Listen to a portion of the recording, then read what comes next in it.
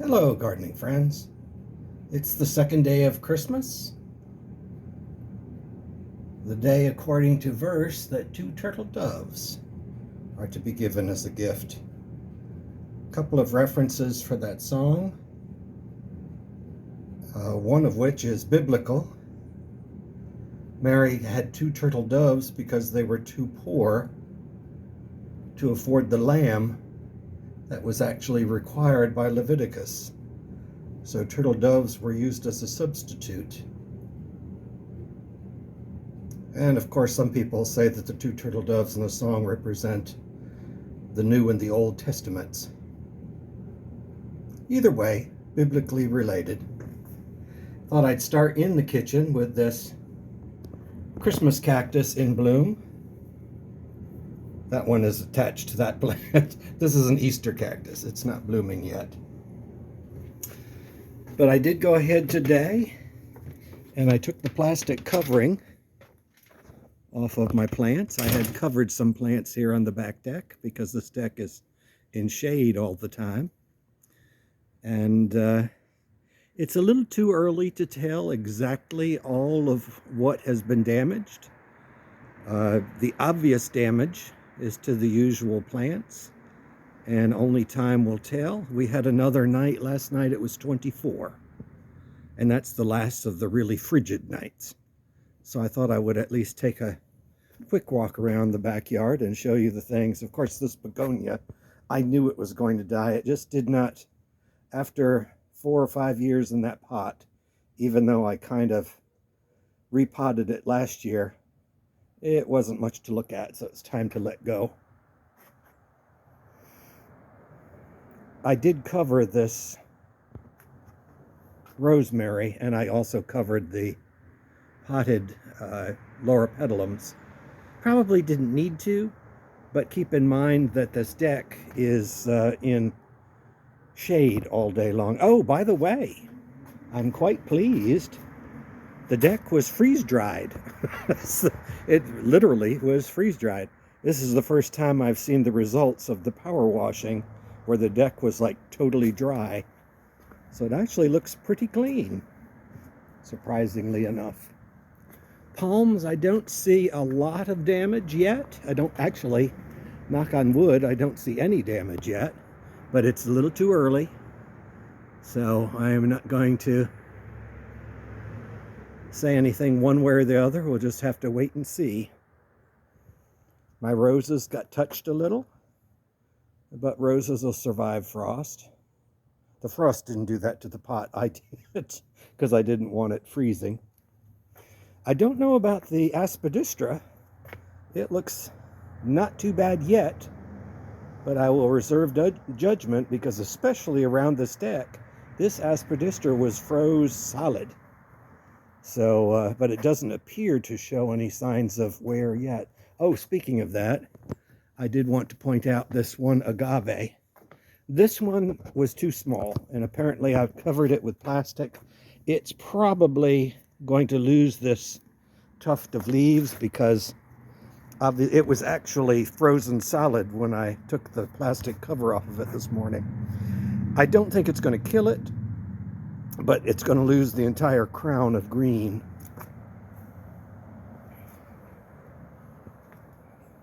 My big palms look to be okay so far. In past years, I've heard a lot of talk. I would say this is probably about the second time in 30 years that I've seen really cold weather like this. Is it the worst? Is it not the worst? I don't know, but we'll see how the garden survives. In past, when that Phoenix canariensis was hit by hard frost multiple nights in a row, the entire top turned yellow. It doesn't appear to be doing that yet, so I'm hoping. In other words, it didn't kill the whole plant, it just killed what was exposed. Here you can see obvious damage to the cycad. This cycad, it was not this yellow color prior to the frost.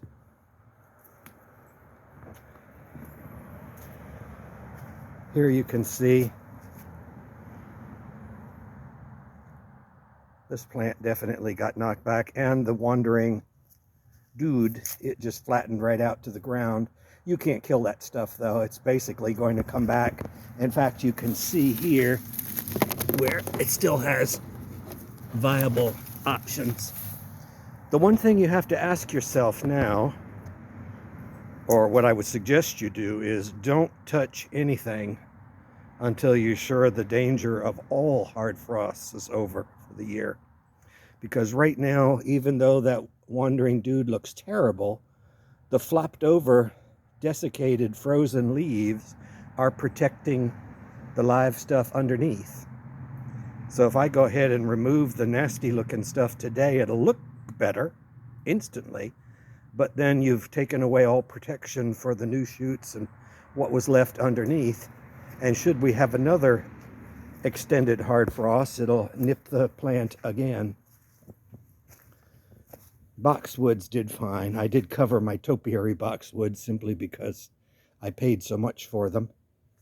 One thing to keep in mind, I don't think I ever mentioned with topiaries, this was kind of a mistake on my part. It was a learning curve. These were the first topiaries I ever bought. And they're not like a regular plant. They are the size when you buy them that they're ever going to be.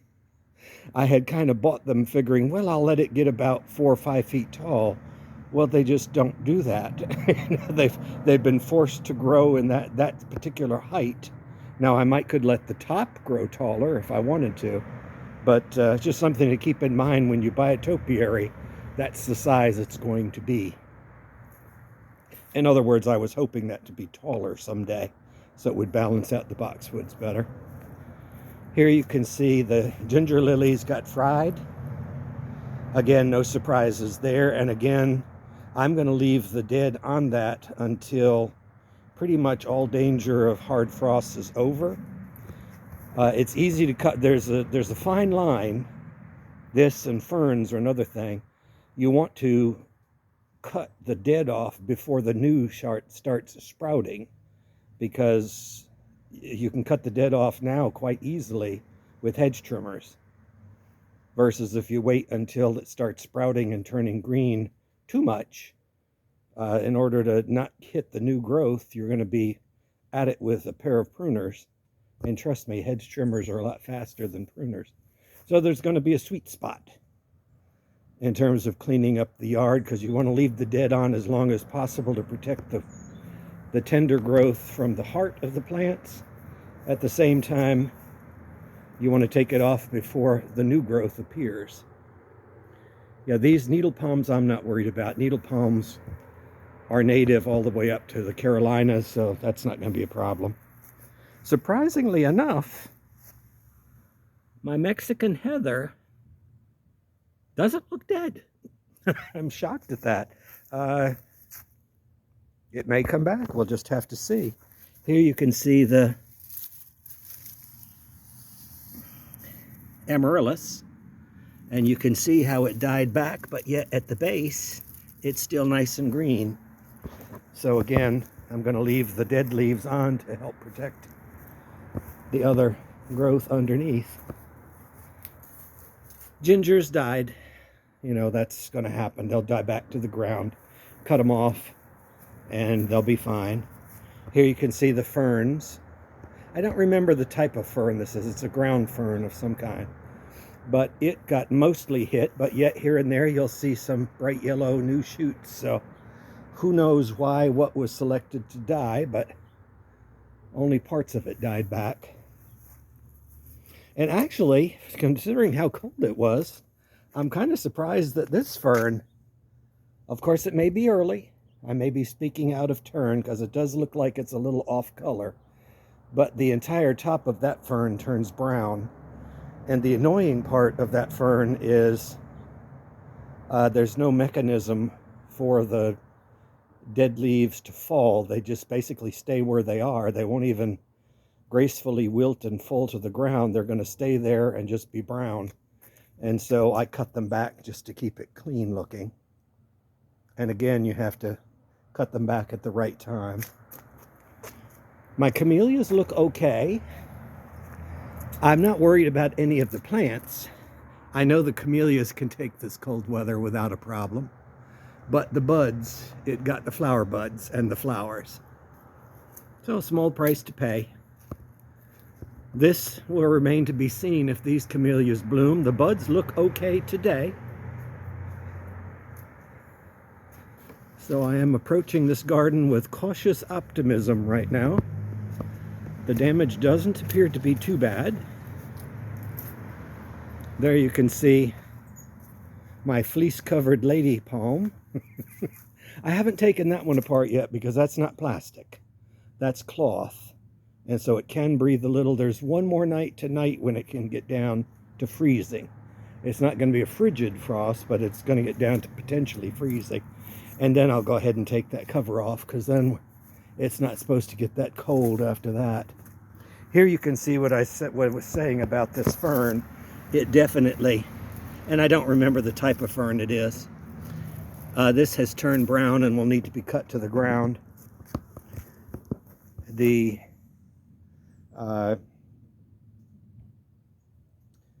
palm grass is also, although it doesn't look it yet, it is turning green. Aspidistras, fine. These aspidistras are nice and green, even though they were, of course, they're up closer to the house, so I would not expect them to be that damaged. And here's a case of being protected by this palm tree. This cycad doesn't appear to have any damage, and this one that was slightly more exposed has got some dead parts. And it'll never shed those dead parts. Those dead parts are going to turn brown. So probably what I will do when all danger of frost is over with is I'll cut all the dead out of that, or the damaged out of that, and then see what happens. But again, I'm going to wait till spring to do that. And then I'll decide if I want to leave any of the old leaves or not. Certainly, since there's still green leaves on it, and in this case, there's a lot of green on the branches that are damaged, anything that's green is still going to allow the plant to photosynthesize, so it's still going to be getting goodness from those leaves. Here you can see holes. What I did right before the frost, the first frost, is I went around my yard and poked holes in the dirt of all of my big pots that I couldn't move. Here you can see these variegated gingers are frozen.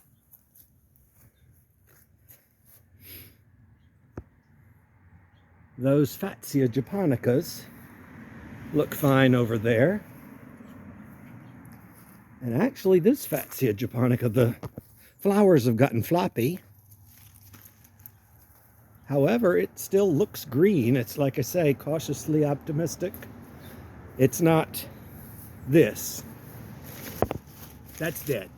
And the frost did that. It was just too tender. So most of this will probably survive. This palm not touched at all. Too early to tell on the citrus. There may be some damage. The leaves may fall off. Certainly all of these kumquats are going to be trashed because they're going to be too soft to eat.